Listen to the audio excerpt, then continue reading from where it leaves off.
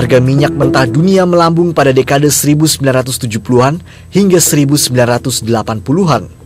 Indonesia, yang saat itu negara pengekspor minyak, memperoleh keuntungan besar dari kenaikan harga ini.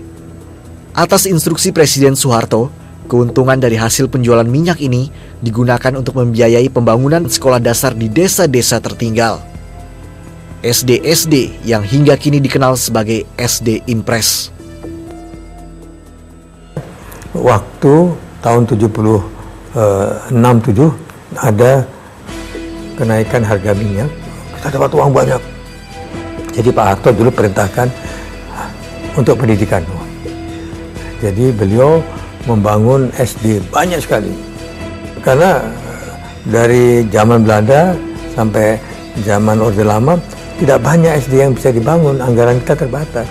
Sekarang ada uang banyak, bangun aja. Jadi banyak SD yang dibangun dengan bambu dan sebagainya. Nah, lalu ada problemnya. SD dibangun kan harus ada gurunya. Nah, guru apalagi di daerah tidak ada, sehingga banyak guru yang tidak memenuhi syarat. Jadi selama sekian tahun itu guru SD itu sebenarnya ijazahnya belum nyampe.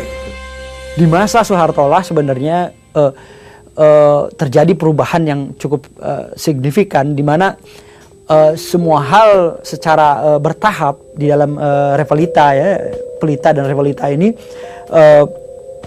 pembangunan pendidikan dilakukan. Kita bisa melihat bahwa dari tahun 70-an konsentrasi pembangunan kemana, kemudian ya di tahun 80-an kita ke pertanian misalnya, baru di tahun 90-an kita ke pendidikan. Yang Soeharto inginkan dulu adalah infrastruktur fisik, kemudian ekonomi yang kondusif, sehingga barulah kemudian ketika sudah mapan secara ekonomi, pendidikan yang Soeharto perhatikan.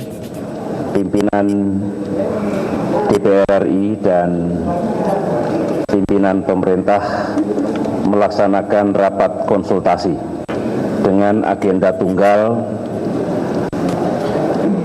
melaksanakan pembahasan untuk menindaklanjuti putusan Mahkamah Konstitusi berkaitan dengan pemenuhan 20% anggaran pendidikan. Memasuki era reformasi, pendidikan Indonesia memasuki babak baru.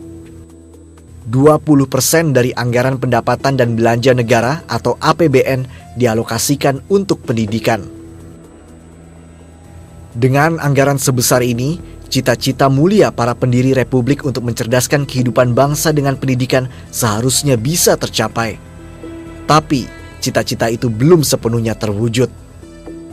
Saya sebagai seorang guru bergembira bahwa secara politis itu pemerintah menetapkan 20% untuk pendidikan, dan itu besar.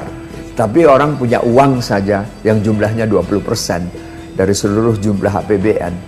Itu belum tentu menjamin pendidikan yang bermutu, belum tentu menjamin kekuatan bangsa ini menjadi bangsa yang besar. Mengapa? 20% itu sebagian besar untuk apa? Untuk program apa? Kalau masih porsinya hanya untuk kesejahteraan guru, sedangkan untuk program-program pembinaan pendidikannya itu terlantar, saya pikir 20% tentu tidak akan menjawab bahwa 20% itu sama dengan terjaminnya mutu pendidikan di Indonesia. Apa yang diimpikan oleh para pendiri itu belum tercapai semuanya. Sudah tercapai beberapa bagian.